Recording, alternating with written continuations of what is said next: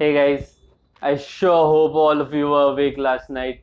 I sure hope you had your TVs, your live streams tuned in to that Belgium versus Japan game, Red Devils versus Blue Samurai, man. Not these Red Devils. I just need to get a Belgium jersey, even a Japan jersey. What a game of football, man. A game to remember for the ages. One of the best games of World Cup I've ever seen. Not just in this World Cup. This was the best game of football in this World Cup for sure, no doubt. Yes, I've watched France versus Argentina. Yes, I've watched Portugal versus Spain. I've watched all the games of this World Cup, and this was the best of the lot. This was an so exciting game of football that people will be talking of this for years and years to come. Definitely, this game will be in the highlight reels and everything. Such an exciting game, and I for one didn't expect this. I didn't expect this level of football, this level of intensity, and playing throughout the 90 minutes, especially from Japan. And they won all our hearts, man, yesterday. They made all of us Asians, not just the Japanese, all of us Asians proud. It's heartbreaking to know that there'll be no Asian team, but this Japan team especially, won't be in the quarterfinals. It's heartbreaking to know that. But all in all, what a game of football. And this Japanese team, I hope it will be the last World Cup for Honda, maybe even for Kagawa. But I hope the rest of these players they get together, put in another show. I'm going to be watching them closely in the Asia Cup. All of us Asians are going to be, but I hope they get to put on a show in the next World Cup as well. Right now, at least they are the pride of all Asians. And yeah, let's get straight into the game, man. In the first half, Belgium were dominating like everyone expected them to. They were creating lots of chances, creating problems for the defense of Japan, and yeah, players like Hazard, Dries Mertens, Witsel were on show. Lukaku, unlike him, missed a couple of sitters even in the first half. One from a terrific cross from Dries Mertens. And yeah, it looked like Belgium were going to be the first team to score. Maybe Japan were holding on to some counter attacks. And yeah, they did show some threat. They did bring up the ball with some good counter attacks, but the Belgium defense was up to it in the first half. The one time that Belgium did let Japan through a terrific counter attack, and yeah, extraordinary blunder from Thibaut Courtois. Luckily for him, while collecting the ball slipped through his grasp and hit his leg, due to which the trajectory as well as the speed of the ball changed and it didn't get into the goal, and he could run back and collect it.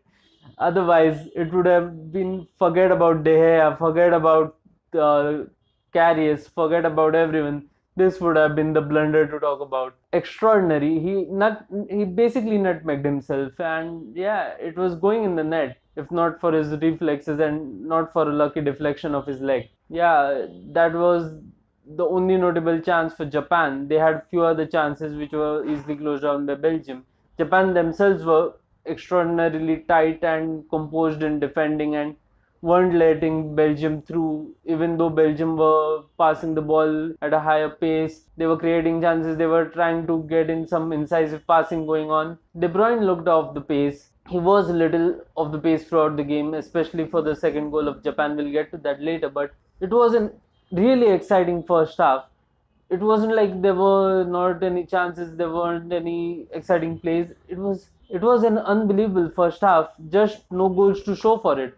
Belgium could have been 4-0 up, 2-0 or 1-0 up, and yeah, there were no goals to show for it. So you could say that it was 0-0 in the first half, and it could have been a 1-0 game or something. But in the second half, someone gave senzu beans to those Japanese players, man. Someone really did. And what an exciting turnaround. Japan came off the blocks really strong. They were creating all sorts of problems for Belgium. And one time that Jan Vertonghen went to sleep, unbelievable through ball from Shinji Kagawa, I think, and or Inui. But Haraguchi was onto it, and perfect bottom right corner finish, and Japan were 1-0 ahead. A little later, Belgium were trying their best to get back in the game. They were shell shocked, but before they could create a great chance for themselves, Lukaku had another chance, and he looked off the pace of the game. He was a little slow and looked tired as well, so he missed another chance. But on the other end, Japan took the ball up with Shinji Kagawa and he created a chance for Invi outside the box, a long range effort, and it went in. Unbelievable shot, no rotation on the ball, hit clean and threw the ball, and it went in, and Japan were 2-0 up with Invi, and it looked for all money like they were going to go in the quarterfinals to meet Brazil. Yes, Brazil went ahead in the game. Brazil went through to quarterfinals. Neymar scored one goal. He created one goal for Firmino, which he tried to score, but a deflection from Ochoa while and Firmino scored. So Brazil won their game against Mexico 2-0. That's all I'm going to talk about that game right now. But back to Japan versus Belgium.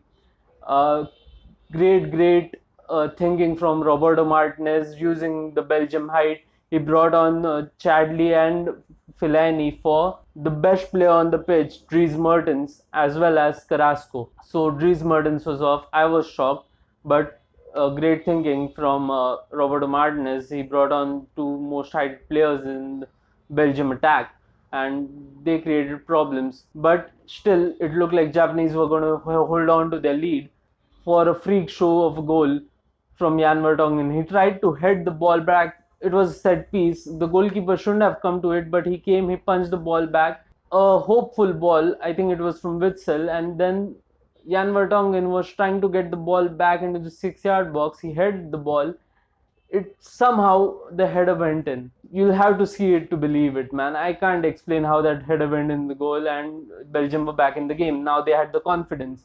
Hazard was back to his dribbling best. He created another chance and put in the cross. Fellaini, with his big head and his big height, he's headed the ball in the goal 2-2. Now you'd think that Belgium were going to score the winning goal, but no. Japan brought on Keisuke Honda, and he had two great opportunities. One, company had to make a last ditch challenge from a counter attack from Japan to save Belgium basically.